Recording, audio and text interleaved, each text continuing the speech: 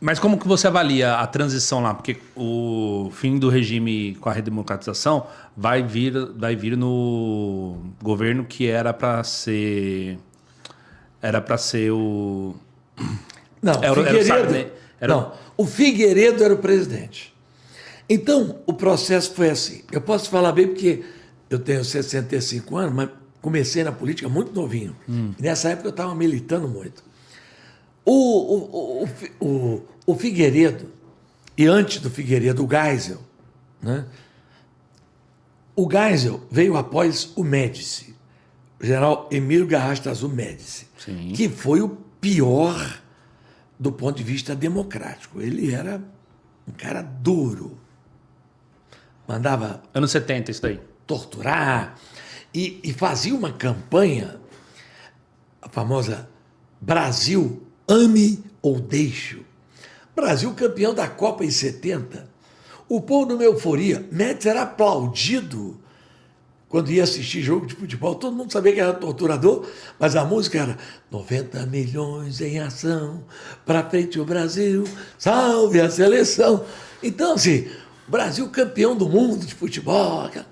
Aí entrou o Geisel, e o Geisel promete fazer uma distensão lenta e gradual. Orientado por quem? Pelo cérebro de tudo isso aí, que era o general Golbery do Couto e Silva.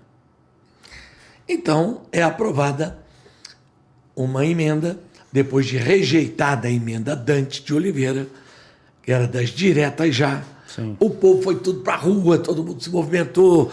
Nós, que éramos jovens à época, fomos todo mundo para a rua. E então, não passou. Resolveram fazer uma eleição indireta. O candidato do grupo militar era Mário Andreasa. Mas surge como candidato do núcleo conservador militar Paulo Maluf. Paulo Maluf. E o Maluf, os militares não queriam saber do Maluf. Palavras assim de gente que viveu, historiadores, né? É o seguinte, não, é preferível até entregar para a oposição do que entregar para o Maluf. O Maluf, coitado, ele... Coitado não, que roubou pra cacete. Muito, né? Mas o Maluf, aquele jeitão, sabe como é que é? Se eu tenho dinheiro no exterior, diz onde está e pega para você. Lembra que ele vivia repetindo isso? É. Aí o Maluf se lança candidato contra o Andreasa, né? Numa primeira convenção interna do partido do governo. Todo mundo dizia, o Andreasa vai ganhar. O Maluf comprou a convenção e ganhou. Ele tinha o estado de São Paulo na mão, era muito dinheiro, né? Ele conseguiu comprar os convencionais da Arena, Aliança Renovadora Nacional, depois do PDS, Sim. era o partido, e ganha. Nisso que ele ganha, tem um racha. O grupo que perdeu, liderado por Sarney, sai e diz, nós vamos apoiar o candidato da oposição. Quem era o candidato da oposição? Tancredo Neves. Ah, então o Neves e o Sarney não eram juntos? Não. Na parada? Não. Não. Não. O Sarney, ele era do PDS. E o Tancredo era do PP. Era outro partido. Né? Que virou PP. Era MDB. É MDB. Mas MDB. depois virou PP. Partido Popular. E depois virou Partido Progressista. Porque no Brasil, para enganar a população, o partido muda de nome. Continua a mesma, mas muda de nome. Né? Aí começaram os militares, ó, vai ter problema aí. Aí monta-se a chapa Tancredo contra Maluf. Sim. E o vice da chapa do Tancredo era o Sarney. Vem a eleição e Tancredo Neves ganha. Só que, na transição, antes dele tomar posse, ele adoece. diverticulite. É internado. Não, tudo bem, está faltando muito tempo, vai melhorar. E ninguém tinha notícia. E ele morre. Você acha que apagaram ele? Não, morreu. Não, morreu mesmo.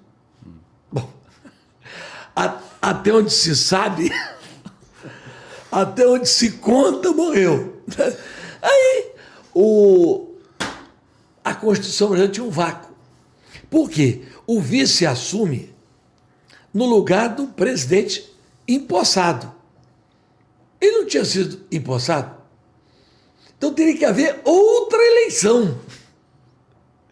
Aí os militares dizem, se tiver outra eleição, o maluco vai ganhar. Porque ele já sabe quem traiu ele. Aí criou-se uma barafunda, e então se promove uma reunião entre o comandante do Exército, general Leônidas Pires, Ulisses Guimarães e os cabeças, né? Ó, temos que garantir a posse do Sarney. Mas não está na Constituição. A Constituição... Então é fraude atrás de fraude. A Constituição garante a posse do eleito empossado. Mas ele não foi empossado, ele morreu antes de tomar posse. O certo é fazer outra eleição. Não teve outra eleição, tomou posse Sarney, ou seja, ele era a continuação mais abrandada, com o doutor Ulisses no ouvido dele. Era o grande conselheiro, com apoio de uma base social diferente, mas também uma tranquilidade para os militares. Diz assim, ele não vai contar tudo que ele fez também junto com a gente, né? Então, é melhor que seja ele mesmo. Entendi. Deixaram ele lá. Aí ele faz aquele governo desastroso, conforme o Golbery disse. O Golbery, quando resolveu propor o Geisel, a distensão lenta e gradual, ele disse, olha, nós tomamos muito dinheiro para fazer investimento. Grandes empresas, Itaipu, né? A dólar a 1 por 1. Houve uma explosão do dólar. A dívida do Brasil multiplicou por 10. O que ia acontecer? E o Golbery disse, olha, vai ter inflação que vai ser por minuto. Como era? Você trocava de preço, tinha até aquela maquininha de trocar de preço. É isso mesmo. Então é melhor a gente entregar isso. Bom, o Sarney terminou o governo com 80% de inflação. Né? Rejeição total. Total. Né? Aí vem a história do Collor. Né? Todo mundo esperando que o Brizola, né, pela história... Mas a esquerda dividiu entre Lula e Brizola nessa época. Calma. Aí temos que contar as duas versões. Como é que surge o Lula nessa parada aí? As duas versões. O Lula, ele fazia o papel de antipolítico. Ele jurava que ele não ia fazer partido político. Que aquilo era um movimento sindical. Quando ele vai fazer o partido político, os militares olham e dizem assim, é bom para nós. Ele vai tirar voto do Brizola. E ele, para fazer um partido dos trabalhadores, ele tinha que tirar voto de quem? Do PTB, Partido Trabalhista Brasileiro. Os militares, então, abanaram o Lula. Abanaram. O Lula foi... Você leu o livro do Romeu Tuma? Não. Então você devia ler. Todo brasileiro devia ler o livro do Romeu Tuma, porque ele conta ali que o Lula participou de várias reuniões com o pessoal do serviço de inteligência do governo militar, né? Para não deixar o Brizola voltar a ser o que era. O Brizola tinha sido exilado, ele não conhecia, mas o Brizola tinha a capacidade de oratória, que a hora que ele começasse a falar, a memória ia aflorar, né? Aí eles fizeram 2 golpes. Primeiro, ajudar o PT. Segundo, Brizola, tudo pronto, de repente entra uma outra pessoa para registrar o PTB, Ivete Vargas. E no julgamento do TSE da época, dão o partido para Ivete Vargas e tiram de Brizola. Brizola fica sem partido. Ele então tem que criar o PDT, Partido Democrático Trabalhista, em cima da eleição aqui no Rio. E aí ganha a eleição a si mesmo. Entendeu? Então essa é mais ou menos a história do preâmbulo, né? Aí começa a eleição, o sistema, que é algo que é muito superior aos governos, né? É uma coisa que existe em todos os países. Hoje o sistema manda mais do que qualquer governo. Concordo. Isso é fato. O sistema, então, diz o seguinte, olha, o Brizola, se for para o segundo turno, ganha. Temos que tirar ele do segundo turno. Injeta no Caçador de Marajá. Era o Collor. Um cara de Alagoas, desconhecido, jovem, bonitão, né? Eu encontrava gente, deixa eu votar no Collor, garotinho. Cara lindo daquele. Você vai se arrepender, porque beleza não põe mesa. Não, eu quero votar no Collor e tal. Bom, ganhou. Só que quem ia ser o segundo? Seria o Brizola.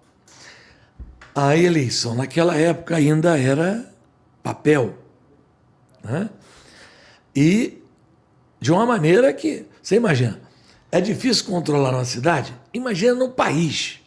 Voto de papel para tudo quanto é lugar. Vixe. Em Minas, quando a apuração foi suspensa, voltava o resultado de Minas. O Brizola estava na frente. Levou 12 horas parada a apuração. Meu Deus. Ninguém sabia. Volta o Lula na frente